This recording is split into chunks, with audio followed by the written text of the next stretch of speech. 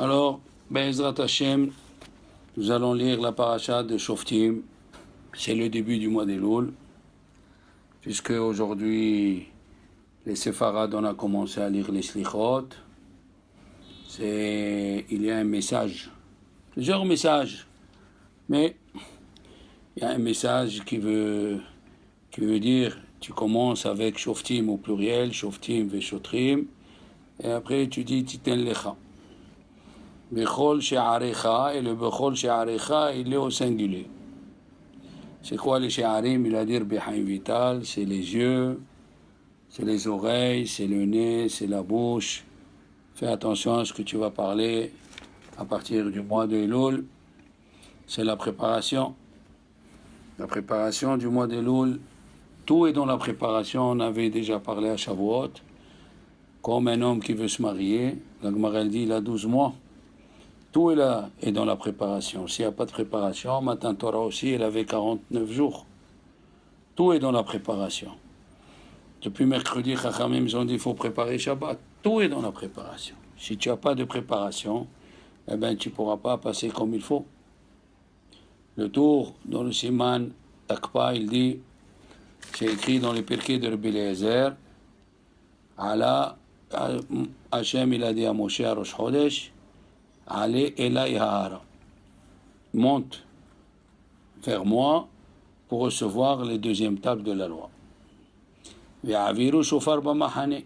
Et passer le shofar. Et Akadosh Baruch Hu, il s'était levé avec ce shofar pour pas qu'il se trompe encore de compte. Pour faire descendre les deuxièmes tables de la loi. Et on dit Allah Elokim bitroa. Hashem bekol shofar. Dieu il est monté avec la teroa. Les Ashkenazim, et c'est écrit là-bas qu'ils sonnent tous les ans et tous les jours. Aussi, c'est pour nous amener la peur, comme c'est écrit, Imitaka shofar ba'ir ve'am lo yihiradu. Est-ce que on peut sonner le shofar dans une ville et le peuple ne va pas trembler? Aussi, c'est pour être me'arbeb le Satan. Eh oui. Aussi, c'est écrit dans le Pirkei de Rabbi Eliezer. Pourquoi ce mois, le signe, il est Betula, il est vierge. Le Ramban, il dit dans la paracha de Emor, pourquoi il est vierge? C'est l'amour que Dieu il a, comme un homme, il a l'amour envers une fille, une femme, qu'il a trouvée vierge, pure.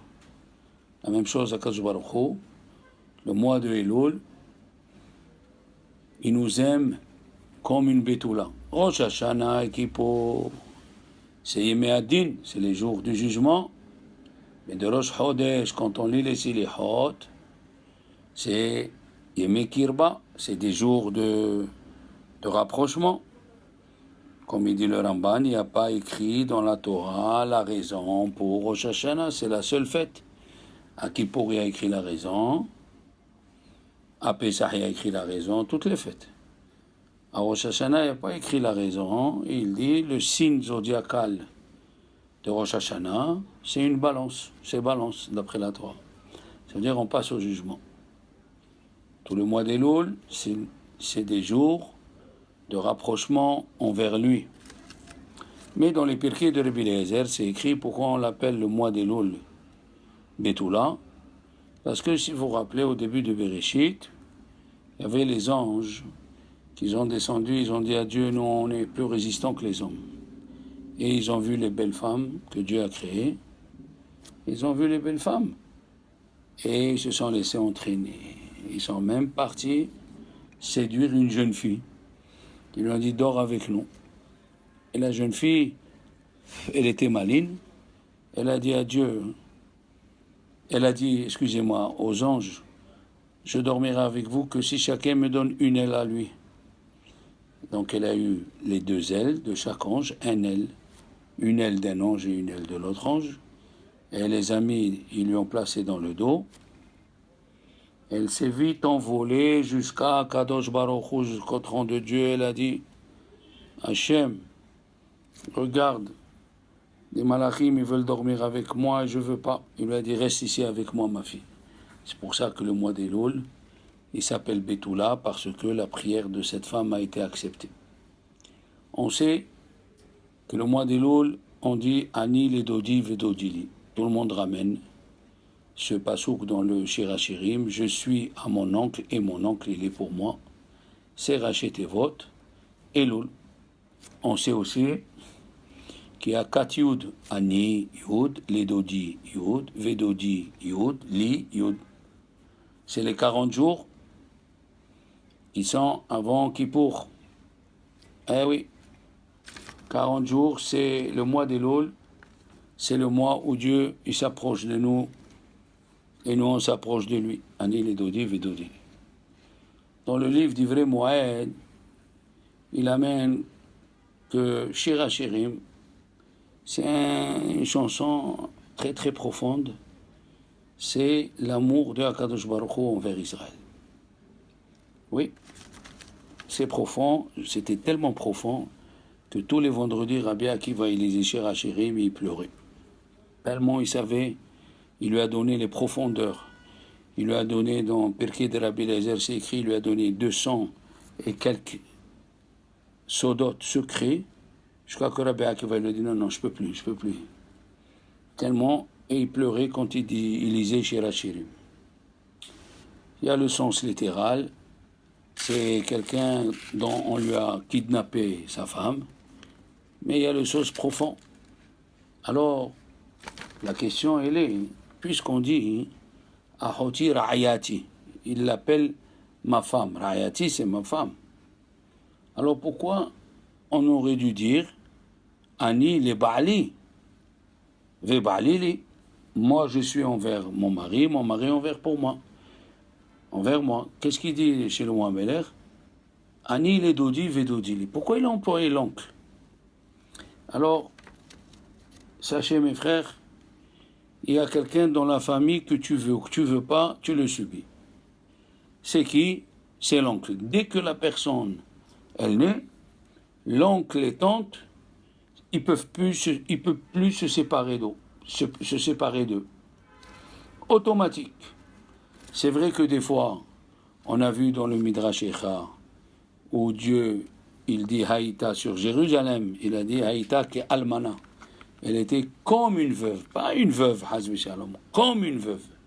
Mais ici, dans Shir HaShirim, le roi Salomon, il a appelé Dodi, mon oncle. Pourquoi? Parce qu'en vérité, pourquoi il n'a pas appelé ma femme, comme dans Matan Torah? On a dit dans Matan Torah, Biyom Hatunato, ou Biyom Simchat Libo. Biyom Hatunato, c'est quand Dieu s'est marié avec nous. À Shavuot, Hachem, c'était le mari. L'étape de la loi, c'était les Kiddushin. Et l'Assemblée d'Israël, c'était la femme. C'est ça, Biyom Hatunato. Ou Biyom Simchat Libo, le jour où il a eu son cœur qui s'est réjoui, c'est la construction du temple. Mais là, le roi Salomon a employé l'oncle. Pourquoi? Parce que entre l'homme et la femme, l'homme d'abord il doit chercher la femme. C'est pas automatique. Il doit chercher à qui cherche, et il faut qu'il cherche la bonne femme. Et le lien qu'il y a entre un homme et une femme, c'est pas obligé qu'il reste, il peut se casser. Tandis que l'oncle, l'oncle il est automatique, tu veux ou que tu veux pas. L'oncle, il est toujours là quand tu l'appelles. Jamais on a vu des parents qui frappent leurs enfants pour les éduquer, du moins, heureusement. Ils les frappent un peu quand ils sont petits, dans les fesses, bien sûr, pas sur le visage, shalom. Des petits coups. Et si c'est mieux son coup, c'est mieux. Mais l'oncle, jamais il frappera son neveu. Alors quand il vient le mois d'Elul, n'oubliez pas que le Satan il fait son boulot. Il décourage les gens, il dit quoi? Tu as fait tes fautes toute l'année. Tu étais dans les boîtes de nuit, tu étais dans les cinémas, tu étais dans les bars. Vous savez, le Satan, il sait ce qu'il fait pour casser la personne. soit si c'est un homme marié, il lui trouve tous les péchés du monde, soit si c'est un jeune homme, son but, c'est de casser la personne. Alors, il vient le roi Salomon, il dit non, Ani le dodi vedodili. Faut pas que tu tombes dans l'angoisse, faut pas que tu te décourages. Comme l'oncle, jamais il frappe son fils, son neveu. Comme l'oncle, il est toujours là. Alors, c'est ça le roi Salomon, il nous a comparé le mois d'Elul à l'oncle. Ne tombe pas et ne te décourage pas. Rien à faire.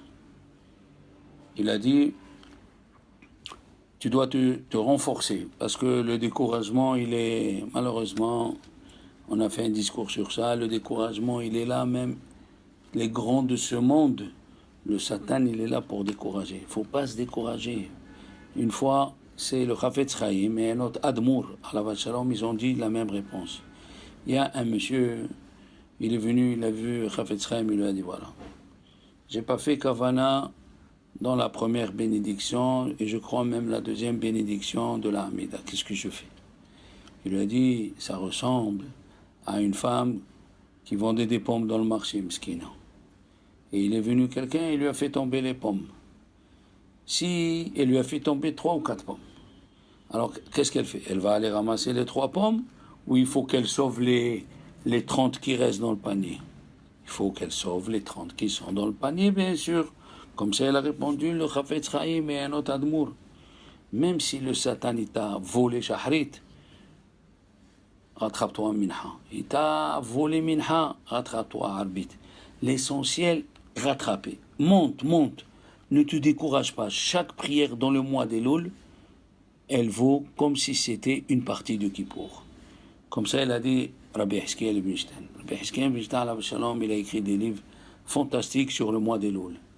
Il a dit, si on fait les slihot tous les jours, c'est pour arriver à Kippour, où il y a tous les slihot là-bas. Donc, tout le mois d'Elul, chaque jour, c'est une petite partie de Kippour que tu prépares. Et chaque morceau que tu peux ramasser, ramasse. Ne te décourage pas. Dans le Zohar, il dit, il faut prendre la fin de ce verset-là. C'est écrit, Ani le dodi vedodili, haro'i ba shoshanim. Shoshanim, je ne sais pas si c'est la rose, mais bon, la rose c'est Vered. Mais dans les Shoshanim, il dit le Zohar, chaque Shoshana, elle a 13 fleurs. Keneged par rapport aux 13 Midot Arahamim. Les 13 Midot Arahamim. C'est pour nous dire que le mois d'Elul, il est complètement consacré à la miséricorde. Midot Arahamim, Haro'i ba Shoshanim. Les grandes de Vilna, dans le livre Sefer HaYetzira qu'il a écrit Avraham Avinu, à la fin dans les Likutim, il écrit que Elul, il est complètement miséricordieux, Rahamim, et Hesed est généreux. HaKadosh Baruch Hu, dans le mois d'Elul, il est prêt à accepter tout le monde, sans exception. Le Ari HaKadosh, il écrit dans Sha'ar HaKavanot, que le Mizmor Kavzaïn, qui est les David, les Marocains, les Sfarad, les David Hashem, Ori Veishi, Besuko. Ori, c'est ma lumière à Rosh Hashanah. Veishi, c'est celui qui me sauve à Kippour. Besuko, c'est Sukkot. Il a dit, celui qui dit ce Mizmor-là, pendant tout le mois, jusqu'à Hoshana Rabbah, eh bien, il est sûr, comme celle dit, Muftahlo, qui va passer une bonne année, et même s'il a une Gezerah Ra'a, il lui enlève tous les mauvais décrets. Il faut faire ça, ce Mizmor, le matin et le soir. Et dedans, ce Mizmor, comme par hasard, il y a 13 noms de Dieu de Havaya. 13 noms de Havaya, Yud Gimel Mechilin. C'est les 13 chemins, qui amène à la Middat Arahamim.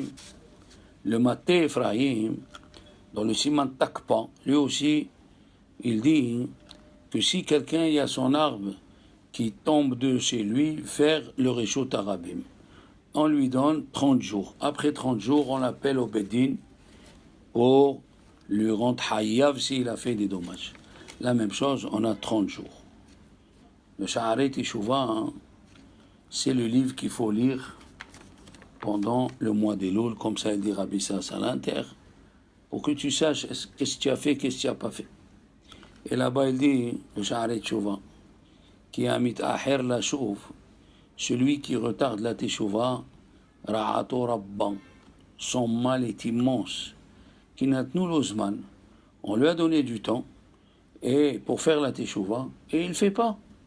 Quelqu'un qui a fauté, il faut qu'il se rattrape le plus vite possible pour demander pardon. Et il amène là-bas un exemple. C'est un groupe de bandits qu'on les a mis en prison. Et ils ont creusé dans la prison et ils ont fait un trou. Tout le monde s'est sauvé et il y a un qui est resté. Il est venu le chef de la prison, il a commencé à le taper. Il a commencé à le taper. A priori, pourquoi il le tape? Il lui dit, pourquoi tu t'es pas sauvé? Tu avais le temps de sauver. Pourquoi? Il est honnête, ce monsieur. Il devait prendre 10 ans de prison. Il va se conduire bien pendant 3 ans. Il va avoir réduction de la peine. Il va sortir.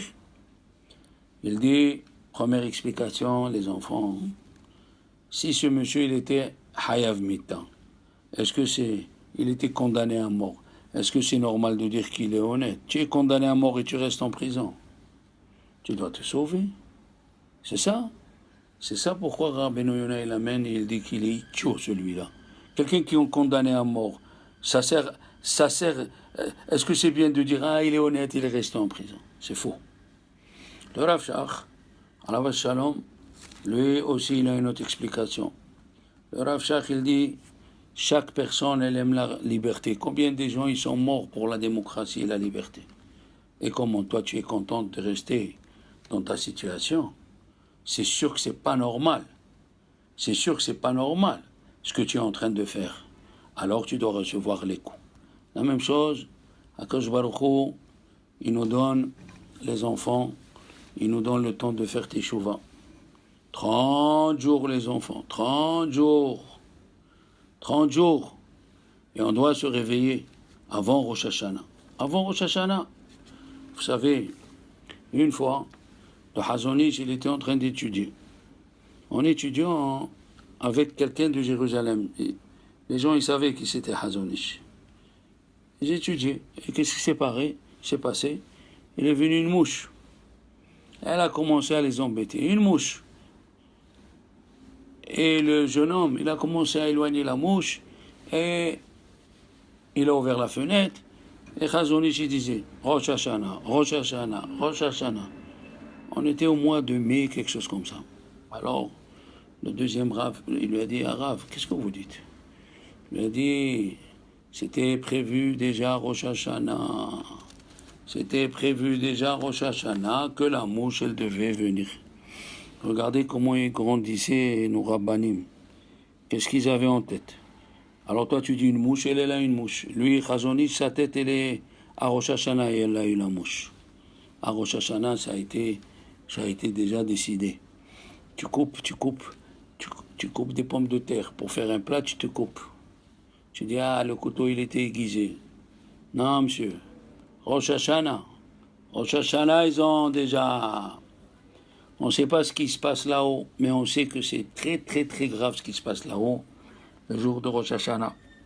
Le Rav Amnon, le Mangensa, vous le connaissez, c'est celui qui avait une belle voix, il était beau.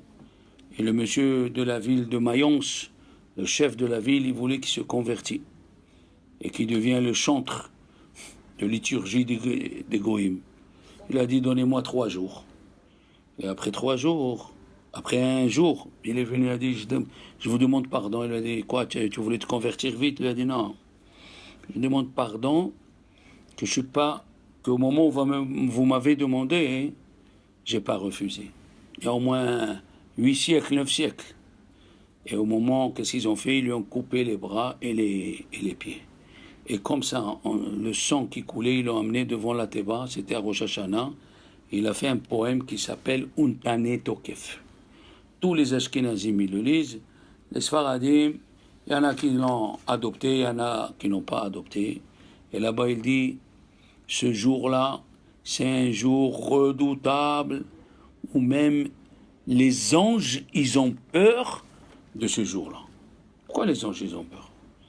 Eh bien, ça c'est une chose que le Shaf Shema Teta, il a dit, Shaf Shema Teta, alav shalom, il a dit dans l'Agdama de son livre, c'est écrit que Yaakov, il a rêvé des anges, et c'est écrit Olim veyordim bo. Les anges, ils montent et ils descendent.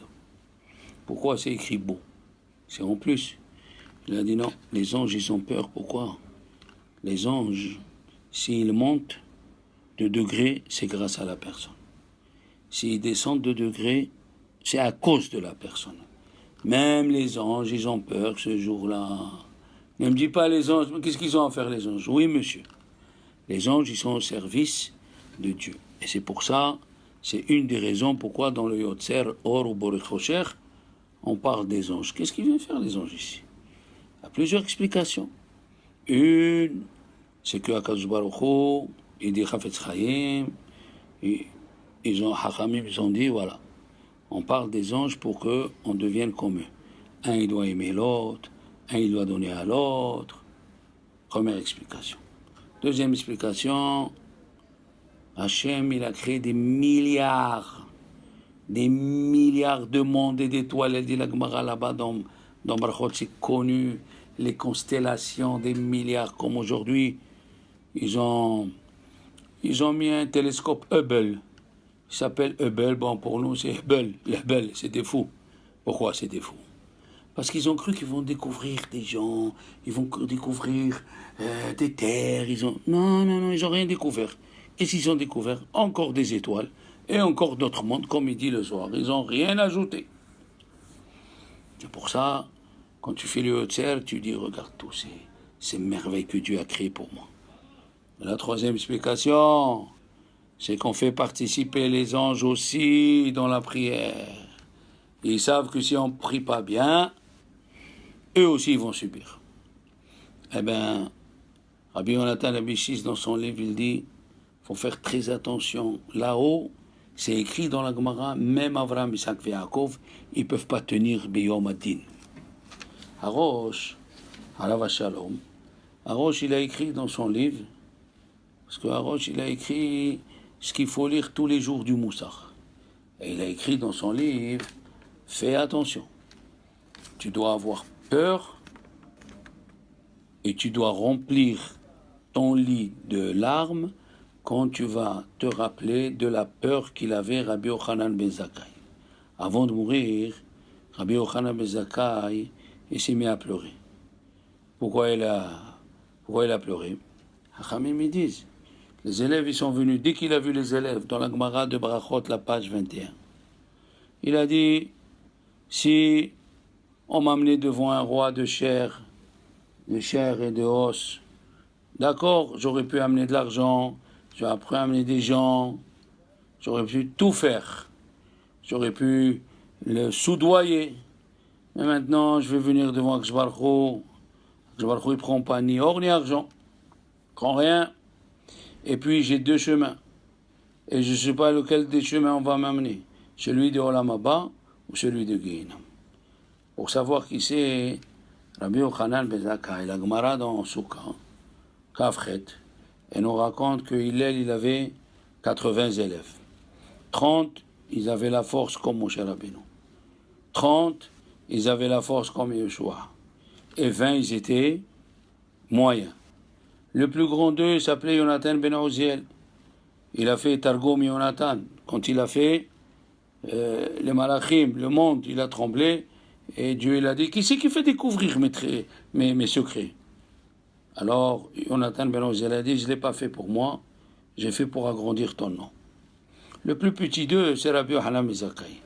Et qu'est-ce qu'elle dit, la Gemara? Il n'a rien laissé de la Torah orale, de la Torah écrite. Il n'a rien laissé, même si la mer, elle devient de l'encre, et les palmiers deviennent des stylos, et la terre devient du cuir, on ne peut pas écrire la Chokhma de Rabbi Yochanan ben Zakkai. Et ce même bonhomme, il dit, Rabbi Yochanan ben Zakkai, ce même bonhomme, il dit, je ne sais pas dans quel chemin ils vont m'amener. C'est une blague ou c'est quoi? Les Chachamim, il y a qui expliquent, parce que peut-être les élèves, ils ont appris de lui quelque chose qu'il ne fallait pas. Et alors, c'est peut-être il va avoir un Chilul Hashem. Deuxième explication, peut-être, il a fait une mitzvah, mais en vérité, c'est une avera. Ah, comment Rabbi Yochanan ben Zakkai, il fait une mitzvah et peut-être c'est une avera. Eh bien, allez lire dans le troisième ou quatrième pérec de Mesilat Yesharim, vous verrez comment, là-bas, il écrit comment Dieu, il est scrupuleux, même avec Yaakov Avinu, Avraham Avinu. On ne peut pas s'imaginer ce que c'est la puissance du jugement de Dieu. Dites-moi, Rachel Imenu, on savait qu'elle était stérile. Elle est venue, elle a dit à Yaakov, donne-moi des enfants. Ils se sont tendus, prie pour moi, c'est ça, donne-moi des enfants. Pourquoi Rachel Imenu ne savait pas qu'il y avait Dieu? Qu'est-ce qu'il lui dit à Yaakov? Une réponse que nous, on aurait dit. On aurait dit, Hatahat Elokimani, est-ce que nous, on est à la place de Dieu? Je suis à la place de Dieu. Quel mal il y a dans cette réponse? Dites-moi si votre femme, elle vous demande une chose. Achète-moi une Mercedes, tu dis, est-ce que je suis à la place de Dieu? C'est normal. Et la Gemara, elle a dit, il a mal répondu. Quand quelqu'un, il a mal au cœur, une femme qui a mal au cœur, comme Rachel, elle voyait qu'elle n'avait pas des enfants, il aurait dû répondre, je vais prier pour toi. La même chose, une faute grave. La même chose, Avraham Avinu. Quand Dieu lui a dit, je vais te donner la terre, il a dit, comment je vais savoir? Donne-moi une preuve. Il a dit, donne-moi une preuve. Rien que les tzadikim, ils ne tiennent pas devant la Midat Hadin. 4 siècles, il lui a dit, parce que tu as parlé comme ça. On ne peut pas comprendre, nous. On ne peut pas comprendre. On ne peut pas. On doit se préparer, faire attention à ce qui sort de notre bouche. Maintenant, regardez ce qu'il y a écrit dans Pirkei Avot. Dans Pirkei Avot, dans le Perek Gimel, c'est écrit Venifraim min Adam midato veshelo midato. On punit l'homme de sa volonté, de sa propre volonté, ou pas de sa volonté. Qu'est-ce que c'est de sa propre volonté? Ça veut dire on paye l'homme, on punit l'homme de sa propre volonté. Qu'est-ce que ça veut dire? Rabbeinu Yona, il explique que de ta propre volonté, midato, ça veut dire tu sais d'où ça vient. Ah, on sait. Tu sais d'où ça vient. C'est mida keneged mida. Comme Ravuna, il a eu 400 jarres de vin qu'ils ont tourné, et les rabbins ils sont venus le voir. Alors ils lui ont dit, mais tu dois faire attention, vérifie pourquoi il t'arrive les 400 jarres de vin qu'ils ont tournés sont devenus vinaigres. Alors il a dit, est-ce que vous me soupçonnez que j'ai fait un péché? Et les rabbins ils lui ont dit, voilà encore, Rosh Hashanah. Ils lui ont dit, et Akadosh Baruch Hu, il fait quelque chose sans que il punit quelqu'un sans qu'il ait fait quelque chose. Ah, ça veut dire, ils lui ont dit, on a entendu, et il a dit, tu lui donnes pas au métayer une partie des branches de la vigne, les sarments de vigne. Alors il a dit, mais il me vole. Il a dit, eh ben voilà, lui il vole et toi aussi tu voles. Ah, il a compris ce qui lui est arrivé. Ça s'appelle Mida Keneged Mida. Ça veut dire, d'après les Chachamim, quand quelqu'un t'a fait un dommage, tu peux rendre justice toi-même s'il n'y a pas de Bedin. Avid inish dilan et nafshi. Oui, un homme, il peut se rendre justice s'il connaît la lacha s'il n'y a pas de Bedin. Mais les rabbanim, ils lui ont dit, il y a un Bedin ici, il y a des rabbanim. Ça s'appelle, il sait pourquoi ça lui vient. Il sait pourquoi. Comme des fois, à la yeshiva, on avait des aftes dans la bouche. On avait mal à la bouche. Le rav nous disait, vous avez parlé la shonara. Ça veut dire, ça c'est pour vous. Mais il y a une explication du Baal Shem Tov. Faites très attention, Be'ezrat Hashem. Nous allons donner des explications du Baal Shem Tov fantastiques. Alors mes amis, maintenant on va comprendre le pshat du Baal Shem Tov. Le Baal Shem Tov il dit que ça veut dire Venifraim Midda'ato, mina adam midda'ato, qu'est-ce que c'est midda'ato? Fantastique. Il a dit, selon ce quoi toi tu décides quand on te raconte une histoire ou une action qui va venir le mois des Louls, selon ce que toi tu vas décider, on va décider dans le ciel. Pourquoi? Parce que Hachem, il aime tellement la personne, il ne va pas décider lui. Hachem, il ne peut pas décider. Qu'est-ce qu'il fait? Il t'amène des situations où on va te demander comment toi tu décides. Et comment toi tu décides? Là où on décide. Je vais vous raconter une petite histoire. C'est un général au temps de l'empereur Nicolas. Et il aimait son empereur, machou, quelque chose de spécial. Mais un jour, après 15 ans de service, il avait envie de voir ses parents. Il est parti sans avertir personne. Il est parti une semaine, il est revenu. Et alors, le service de sécurité, il a dit à l'empereur, voilà. Il est parti, il est revenu. Comment il va faire l'empereur maintenant? C'est un général que plusieurs fois il a donné sa vie pour l'empereur. Mais de l'autre côté, il a transgressé la loi. Qu'est-ce qu'ils lui ont dit? Les sages qui entouraient l'empereur, ce Nicolas et Mahjemov Veshem Zecho, c'était un rachat envers les Juifs. Ils lui ont dit, mets-le dans le service où c'est lui qui juge les soldats qui se sauvent pour aller voir les parents.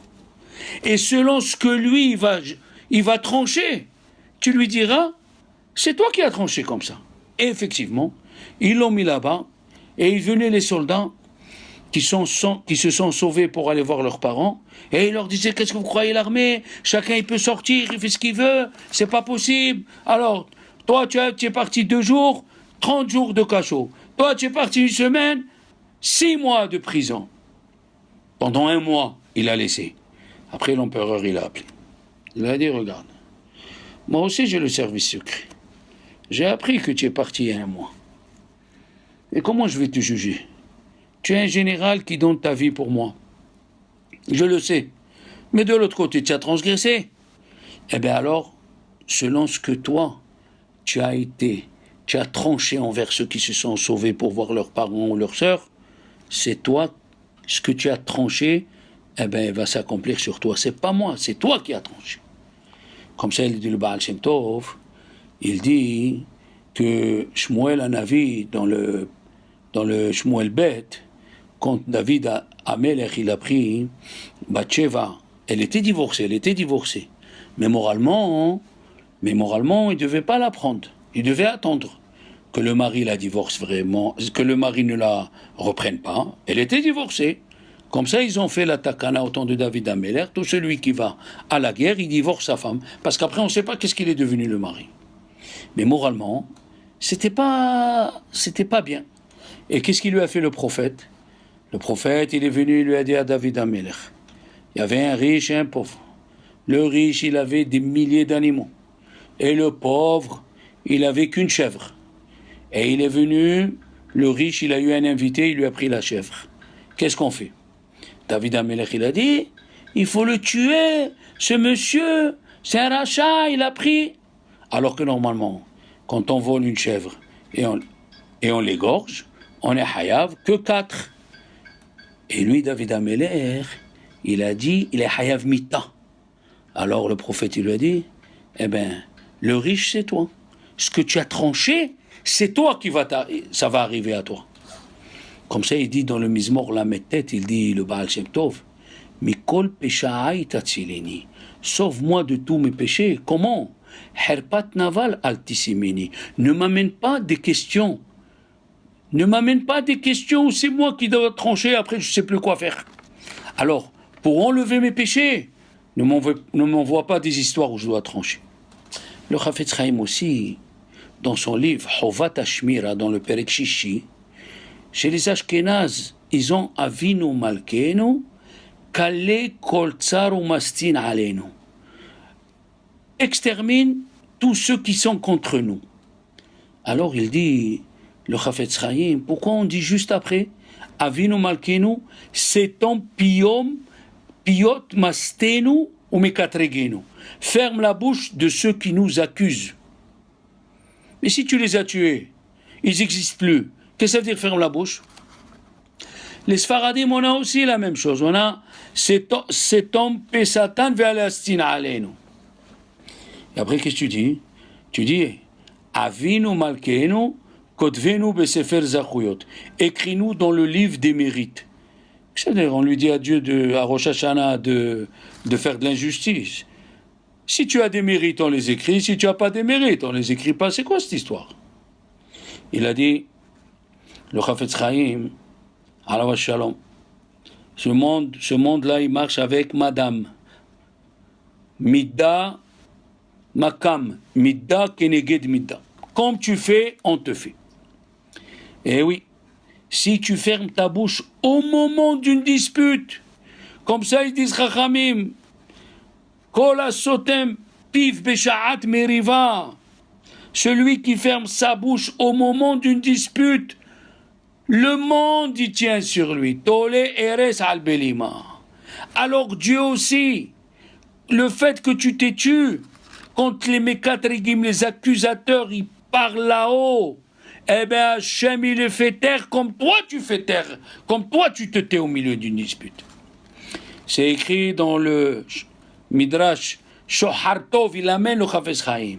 Vedoresh ra'a tavona.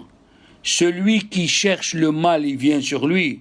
Qu'est-ce que ça veut dire si celui qui cherche le mal, il vient sur lui? Si un homme, il parle du mal de son ami, alors les malachim, ils parlent du mal de lui. Et si un homme, il parle du bien de ses amis, alors même les malachim et Akadosh Baruch Hu, ils parlent du bien. Alors maintenant, on va comprendre. Il a dit, quand tu dis Avinu Malkeinu, Kale Kol Sar ou Mastir Aninu, tue tous les Mekatrigim. Et après on dit, Avinu Malkeinu, c'est ton piote, Mastinenu, ferme la bouche de ceux qui nous accusent. Quelle bouche? De quelle bouche on parle? De ta bouche. Quand toi tu parles des autres, quand toi tu accuses les autres, ta bouche, elle va t'accuser. Et après, quand on dit Avinu Malkeinu, qu'est-ce qu'on dit? Kotvenu besefer zichuyot. Qu'est-ce que ça veut dire? Ça veut dire, il dit le Chafetz Chaim, comme on a cherché du bien chez les autres, toi aussi cherche-nous du bien. Mamash mida keneged mida. La Gemara dans Shabbat, la page Kuf Chav Zayin, on a parlé de ça dans la paracha de Kedoshim.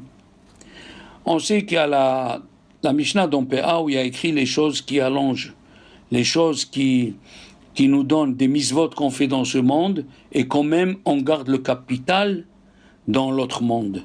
Eh bien, la Gemara de Shabbat, elle ajoute celui qui fait grandir ses enfants dans la Torah et c'est lui qui juge son prochain du bon côté. Alors écoutez bien. La Gemara, elle raconte, il y avait un homme de Galilée.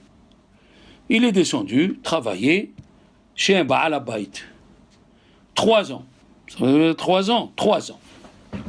Donc on va dire chaque année $20,000. Il lui dit, mets-les dans les choses qui ramènent des fruits, avec participation aux fruits, aux bénéfices, que c'est mouta. Après 3 ans, qu'est-ce qui s'est passé? Il est venu lui demander son argent. Il lui a dit, tu peux me donner mon argent? Il lui a dit, j'ai pas. Tu peux me donner des animaux? Il a dit, j'ai pas. Il lui a dit, tu peux me donner du terrain? Il lui a dit, j'ai pas. Tu peux me donner des vaches? J'ai pas. Tu peux me donner des coussins? J'ai pas. Ok. Qu'est-ce qu'il a fait? Ce monsieur, il a rebroussé chemin. Je ne sais pas si ça existe, une chose comme ça, mais regardez la force de ce monsieur. Il est retourné chez lui et juste après Soukot, il vient le patron avec 3 ânes où il y a dedans des fruits, des trucs. Ça s'appelle en hébreu mitzvah ta'anaka. Anaka, c'est la prime de départ et avec l'argent bien sûr. Et il lui a dit, dites-moi monsieur, quand je t'ai dit j'ai pas d'argent, tu as pensé quoi de moi? un grand producteur, un grand monsieur. Il lui a dit, qu'est-ce que tu as pensé de moi? Il lui a dit, peut-être tu as eu une affaire qui coûtait pas cher et tu as mis ton argent là-bas. Il lui a dit, quand je t'ai dit, j'ai pas d'animaux, qu'est-ce que tu as dit? Qu'est-ce que tu as pensé de moi? Il lui a dit, peut-être tu as loué tes animaux aux autres. Il lui a dit, quand je t'ai dit, j'ai pas de terrain, peut-être tu l'as loué aux autres aussi, avec un bon prix. Il lui a dit, quand je t'ai dit, j'ai pas de coussin, et j'ai pas ni de matelas, ni rien. Il lui a dit, peut-être tu as fait un don au Beth Amikdash. Qu'est-ce qu'il fait le monsieur? Il dit, je jure, à Avoda, ça veut dire sur le temple, je jure sur le temple, c'est exactement ce qui est arrivé. Et puisque tu m'as jugé du bon côté, que Dieu il te juge du bon côté. La Gemara n'écrit pas qui c'est ce monsieur. Qui c'est ce monsieur? La Gemara n'écrit pas qui c'est ce patron. Et vous savez qu'est-ce que c'est? Écoutez bien. Le Shiltot, Rabba Haïgaon, il écrit que le monsieur qui est venu travailler, c'est Rabbi Akiva quand il était ignorant. Il n'avait pas étudié encore la Torah. Et le monsieur qui avait les terrains, il s'appelait Rabbi Eliezer ben Horkanos, qui va devenir son maître par la suite. Et pourquoi la Gemara, elle n'a pas écrit de nom?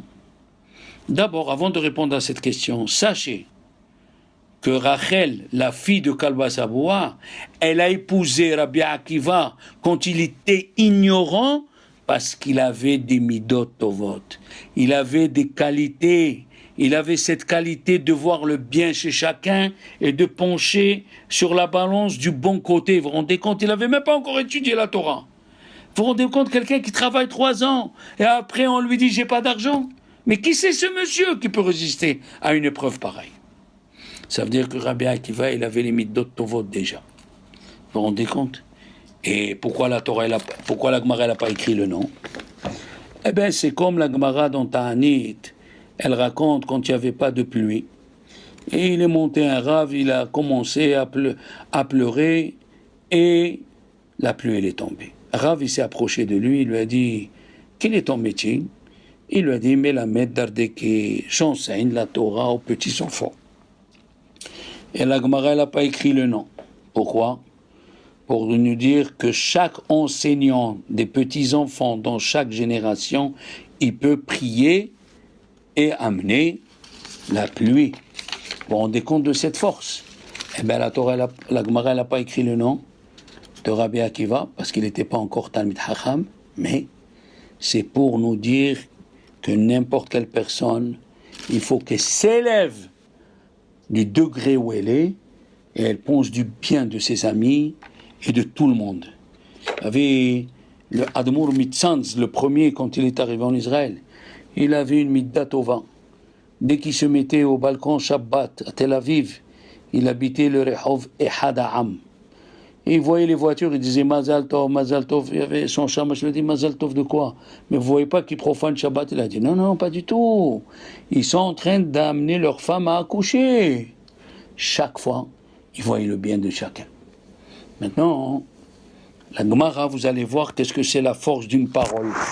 Vous allez voir. La Gemara dans Chagiga, elle nous raconte une histoire extraordinaire. Une fois, Rabba Bar Shila, la Gemara dans Chagiga d'Aftetvav, il a rencontré le Navi. Et il lui a dit, qu'est-ce qu'il fait Hachem maintenant? Il lui a dit, il est en train de dire tous les divrei Torah des Hachamim d'en bas. Mais de Rabbi Meir, il dit pas. Et pourquoi de Rabbi Meir, il dit pas? Parce que Rabbi Meir, il a appris de Acher. Vous vous rappelez? Elisha ben Abouya, il est devenu mauvais à la fin de sa vie. Ah, il lui a dit, mais excusez-moi, le Navi, Rabbi Meir, il a trouvé une grenade, il a jeté la peau et il a mangé dedans les graines qui étaient bonnes. Il lui a dit, le Navi, maintenant, Akadosh Baruch Hu, il dit, Meir béni Omer, Meir mon fils, il dit, quand un juif il est malade, la Shekhinah elle dit, j'ai mal à la tête et j'ai mal dans mon bras. Pourquoi il a choisi cette phrase?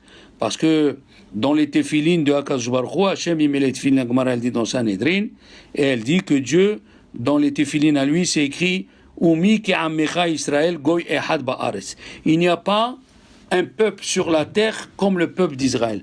Donc chaque fois qu'un juif il a mal, Dieu il a mal. Et moi, anochi betzara. Et pourquoi ça? Eh bien, le Midrash, dans Kohelet, il dit, le dernier passouk de Kohelet, c'est écrit Sauf davar akol nishma. À la fin de toute chose, tout va se savoir. Sauf davar akol nishma, et Elokim tira kize kol adam. Crains Dieu parce que c'est ça la personne. Mamash, c'est écrit comme ça à la fin de Kohelet. Et qu'est-ce qu'il dit le Midrash? Que Hachem, il envoie 2 malachim pour voir qu'est-ce qu'ils disent les gens en bas de lui. Vous vous rendez compte, Hachem, il envoie 2 gens pour savoir qu'est-ce qu'il a fait ce monsieur en bas. Qu'est-ce qu'il a fait? Mais Akadosh Baruch Hu, il sait tout. Akadosh Baruch Hu, il a le, comme il dit dans Pirkei Avot, Hapinkas Patouach, il a incarné où il y a tous les avérots, tous les mitzvot. Non. Hachem, il voit qu'est-ce que les gens ils disent de lui, est-ce qu'il a fait Chilul Hashem ou non? Est-ce qu'il a fait Chilul Hashem? Est-ce que c'était un monsieur? Il était religieux, il priait matin, midi et soir, mais il avait une bouche sale, il parlait mal à sa femme, à ses enfants, il dégageait un exemple négatif à quoi il a servi cette Torah à lui. Ou bien le contraire, on voit un type qui se rasait la barbe, il n'était pas religieux, et qu'est-ce qu'ils disaient les gens? Combien de bien il a fait, combien de gens il a ramené, sans que personne le sache. Le Zohar il dit qu'à la fin des temps, quand on va juger la personne, il va avoir toute sa famille, ses oncles, ses tantes, et les rabbanim de la génération. Les rabbanim de la génération, ils vont venir le juger. Qu'est-ce que tu as fait? Qu'est-ce que tu n'as pas fait? Comme c'est écrit, tu dois donner des comptes, on doit te juger et donner des comptes. Mais si on nous juge, c'est qu'on donne des comptes. Il a dit le grand devinant, non. Din sur ce que tu as fait. Vecheshbon sur ce que tu aurais pu faire et tu l'as pas fait. Sur ce que tu aurais pu faire et tu l'as pas fait. Exactement. Et alors, ça compte ce que les gens y disent. La preuve que même Rabbi Meir Baal HaNes, jusqu'à que Rabba Bar Shila, il n'a pas compris que Akadosh Baruch Hu attendait que quelqu'un dise que ce qu'il a fait Rabbi Meir, c'était bien. C'est fantastique cette histoire.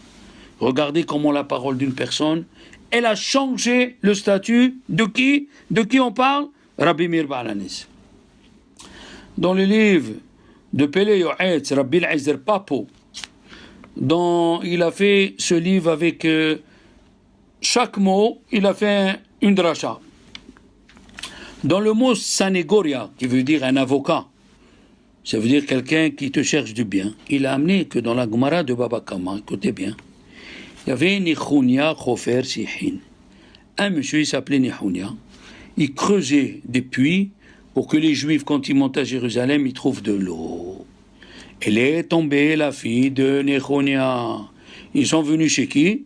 Chez Rabbi Hanina ben Dosa. Vous avez entendu parler, Rabbi Hanina ben Dosa, il était pauvre, il vivait avec 1 kilo de caroube de semaine en semaine, et comme il a dit Rabbi Ovadia Yosef Zichron Baracha dans le livre Meor Israël, il n'avait même pas pour faire le kiddush miskin. Il n'avait rien, et le monde entier tenait sur sa tête. Et il était tellement grand que Rabbi Yochanan ben Zakkai, dont nous avons parlé de lui au début du cours, quand son fils est tombé malade, il a envoyé prier, il a envoyé demander à Rabbi Hanina ben Dosa. Et sa femme, il lui a dit quoi? Rabbi Hanina ben Dosa, il est plus grand que toi? Il a dit, lui, c'est comme un esclave. Un esclave, il rentre chez le roi quand il veut. Mais moi, je suis le premier ministre. Je ne peux pas rentrer quand je veux. Qu'est-ce qui s'est passé? Ils sont venus chez Rabbi Hanina ben Dosa. Ils ont dit, la fille de Nechounia, qui creuse les puits pour l'eau, il est tombé dedans. Il a dit, ne vous en faites pas, ça va aller bien. La deuxième heure, ils sont venus, ils lui ont dit, Rabbi, elle n'est pas montée. Il a dit, si Dieu veut, ça va aller bien. La troisième heure, ils sont venus, ils lui ont dit, la fille de Nechounia, celui qui creuse les puits, elle est tombée dans l'eau, elle n'est pas montée. Il a dit, ça y est, elle est sortie de l'eau. Ça y est, elle est sortie de l'eau, allez-y voir. Ils sont partis, et ils ont vu la fille, et ils lui ont dit, qu'est-ce qui t'a fait sortir? Il a dit, c'est un vieux, j'ai vu un vieux, qui chevauchait une chèvre, un bélier, et ils m'ont tiré les deux. Et qui c'était celui qui chevauchait la chèvre? C'est Abraham. Abraham Avinu, il a fait le chesed toute sa vie. Eh bien, Abraham, il est venu sauver la fille de Nechonia ben Akana. Et le bélier, c'était Yitzhak Avinu. Regardez qui c'est qui est venu sauver. Qui c'est qui est venu sauver? Ils lui ont dit, Rabbi Hanina ben Dosa, tu es prophète pour savoir? Il a dit, comment? Non, je ne suis pas prophète. Une chose je sais, quelqu'un qui se tue pour une mitzvah, c'est pas possible que sa famille elle tombe dans ce puits où il a fait, c'est pas possible. Qu'est-ce qu'elle dit la Gemara? La Gemara elle dit quand même, il a dit Ravaha, son fils il est mort de soif, le fils de Nechonia ben Akana. Et alors là la question elle se pose, comment il est mort le fils à cause de la soif? Alors que Nechonia, Hofer Sihin, il a donné sa vie pour amener l'eau. Question qu'il a demandé le Shita Mikobetzet. Qu'est-ce qu'il répond le Shita Mikobetzet? Il n'y avait plus Rabbi Hanina ben Dosa pour sortir de sa bouche que cet enfant va vivre. Regardez qu'est-ce que c'est une parole d'un tzaddik. S'il y avait Rabbi Nechonia, s'il y avait plutôt Rabbi Hanina ben Dosa, il aurait sorti de sa bouche, il va vivre, il aurait vécu. Et comme il n'y avait plus Rabbi Hanina ben Dosa, alors il est mort. On va aller encore un peu plus dans ce qu'on est en train de parler. Dans le livre Be'er Moshe, il amène le Yerushalmi Perek Yud al Chabet. Qu'est-ce qu'il y a écrit? Lévi. Vous connaissez Lévi? C'est l'élève de Rabbeinu Akadosh. Pendant 6 mois, il a parlé du mal de Ahav. Ahav, c'est un roi qui a fait Avodah Zara. Après 6 mois, il est venu le roi Ahav dans le rêve, chez Lévi. Il lui a dit, mais qu'est-ce que je t'ai fait? Qu'est-ce que je t'ai fait? Pourquoi tu parles de moi? Et vous savez que Ahav, il n'a de part au monde futur. Il est venu, il lui a dit, dis-moi, tu as le début du pasouk où c'est écrit, où j'ai fait Avodah Zara, et tu n'as pas la fin du pasouk. Il lui a dit, c'est quoi la fin du pasouk? C'est écrit, j'ai fait Avodah Zara à cause que ma femme m'a entraîné. Ma femme m'a entraîné à faire Avodah Zara. Qu'est-ce qu'il a fait, Lévi? Pendant 6 mois encore, il a parlé du bien de Ahav, et c'est à cause de Isabelle qu'il a fait Avodah Zara. Dites-moi, qu'est-ce qu'on a gagné avec ça? Qu'est-ce qu'on a gagné? Puisqu'il est à Guéhinam. Eh bien, on a gagné quelque chose. Peut-être il était dans un Guéhinam très fort, et grâce à la bouche de Lévi, ils ont donné à Ahav un Guéhinam moindre, parce qu'il a sorti une bonne parole. Comme ça, ils disent Chachamim. Le Ben Ishai, il dit une chose fantastique. Le Ben Ishai, il dit une chose fantastique. Vous ne pouvez pas vous imaginer. Les Chachamim au temps de la Mishnah. C'est-à-dire 9 siècles, 10 siècles après le roi Salomon, ils ont voulu écrire que le roi Salomon, il n'a pas Chelek Leolam Haba. Et sa chaise, elle a brûlé, les chaises des Chachamim. Alors ils n'ont pas écrit. Je vous en prie, question, il dit le Ben Ishai. Ça fait combien de temps que Shlomo HaMelech il est à Olam Haba? On vient de dire au moins 10 siècles. Puisque 1 siècle et demi après la destruction du 2e temple, on a écrit la Mishnah. Alors, on voit d'ici que ce que les Chachamim décidaient, ça fait 10 siècles qu'il est à Olam Haba, et Dieu, les Chachamim, avec leur bouche, ils peuvent le faire sortir et le faire entrer à Guéna. Et c'est ça qui est écrit dans la paracha. Veshavtu et ha'am mishpat tzedek. Ils jugeront le peuple avec un bon jugement. Qu'est-ce qu'il dit le Midrash? Il faut qu'il parle du bien des enfants d'Israël. Le Midrash, il dit Hachem, il attend que les prophètes, ils parlent du bien. Il y avait un prophète, quand Dieu lui a parlé, il lui a dit Betoch ha'am teme sefatai manochi. Je suis dans un peuple où sa bouche, la bouche de ce peuple, elle est tamée. Eh bien, il est mort par la bouche. Il est rentré dans un arbre avec Shema Meforash, et son neveu, il est venu, qui était Racha, il a tué, il l'a pris par la bouche. Alors que Gidon, c'est un homme simple. Et il a parlé du bien des enfants d'Israël. Il a dit à Dieu, on a lu dans la Haggadah que tu nous as sauvés d'Égypte, pourquoi tu ne nous sauves pas des Philistins? Il y en a marre, il a parlé bien. Dieu, il lui a donné la chokhmah. Il est devenu chef d'état-major et il a eu la prophétie. Alors, à nous, ce mois-là, déjà, de parler bien de nos amis, car on va être jugé selon ce qu'on parle des autres. On va t'amener des situations où on va te dire, qu'est-ce que tu penses? Même si c'est impossible, tu dois trouver du bien. Comme Avraham Avinu, Hachem, il lui a dit, viens, je vais détruire Sodome et Amora. Dites-moi, si vous êtes avocat, et on vous amène quelqu'un, il a violé, il a tué, il a fait tout le mal possible, et on vous dit, défendez-le. On peut le défendre. Eh bien, c'est ce qu'il a fait Avraham Avinu. Avraham Avinu, il voulait défendre Sodome et Amora. Et le Emunat, le Sefer Emunat Idecha, il a dit, il a prié Avraham, il a prié, jusqu'à qu'il a sauvé toute la génération de Shmuel et les enfants de Korah qui étaient pris dans Sodome et Amora. Il a cherché le bon côté, il disait à Dieu, tu sais pourquoi ils sont comme ça? Ils n'ont pas eu de rave, ils n'ont pas eu d'enseignants, ils n'ont pas eu... Trouver toujours le bon côté. Et c'est ça ce qu'il a fait le Baal Shem Tov dans sa vie. Avant le Baal Shem Tov, les rabbanim, ils étaient très forts et ils parlaient toujours négatif. Tu fais ça mal, tu fais ça mal, tu fais ça mal. Les juifs, les pauvres, ils sont tombés, ils disaient que je suis, je ne fais rien, que je... Il est venu Baal Shem Tov, il a commencé à relever le kavod de chaque juif. Chaque juif, où ils sont les neshamot des juifs, juste en bas du Kisei HaKavod. Et après le Kisei HaKavod, qui est? C'est les malachim. Voilà, parler du bien. Le Halchich, il a dit dans la parashat Kedoshim. Pourquoi à côté de juge ton prochain du bon côté, qu'est-ce qu'il y a écrit? Ne vole pas, ne triche pas, ne parle pas mal. Pourquoi on a écrit ça? Parce que si le Baal Habayit, il ne paye pas l'ouvrier en temps voulu, et l'ouvrier vient à la maison et dit, ouais, il m'a pas payé, qu'est-ce qui se passe?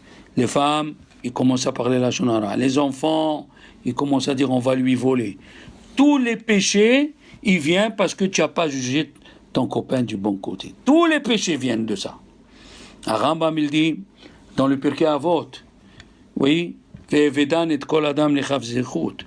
Quand tu connais ton copain qui est Shomer Shabbat, même si les faisceaux de ta logique disent qu'il a fait une mauvaise action, comme tu sais que c'est quelqu'un qui est Shomer Shabbat, quelqu'un qui étudie la Torah, tu dois trouver le 1% qui peut le sauver.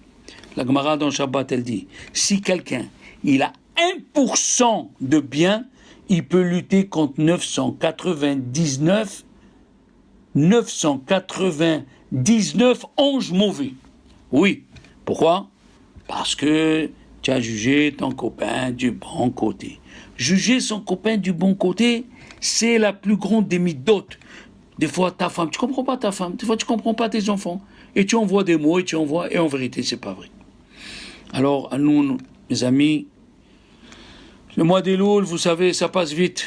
Comme on a dit déjà, pourquoi on dit dans Yom HaShishi, c'est écrit Shabbat, Vaï Nafash, Vaï Nefesh. Qu'est-ce que c'est Vaï Nefesh? L'âme, elle s'en va. Samedi soir, l'âme, elle s'en va. Et alors, pourquoi tu nous dis ce Chidouche le vendredi? Il vient nous avertir, fais attention, ça va vite, tout va vite, le Shabbat, il va aller vite. Tu vas le passer dans quoi?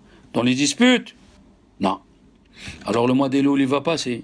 Si tu prends pas sur toi quelque chose, prends sur toi quelque chose de parler du bien de tes copains. Déjà ça. Déjà, tu parles du bien de tes copains, tu es sauvé, Be'ezrat Hashem. Alors à nous de travailler sur nous et que Dieu nous inscrit dans le livre de la vie.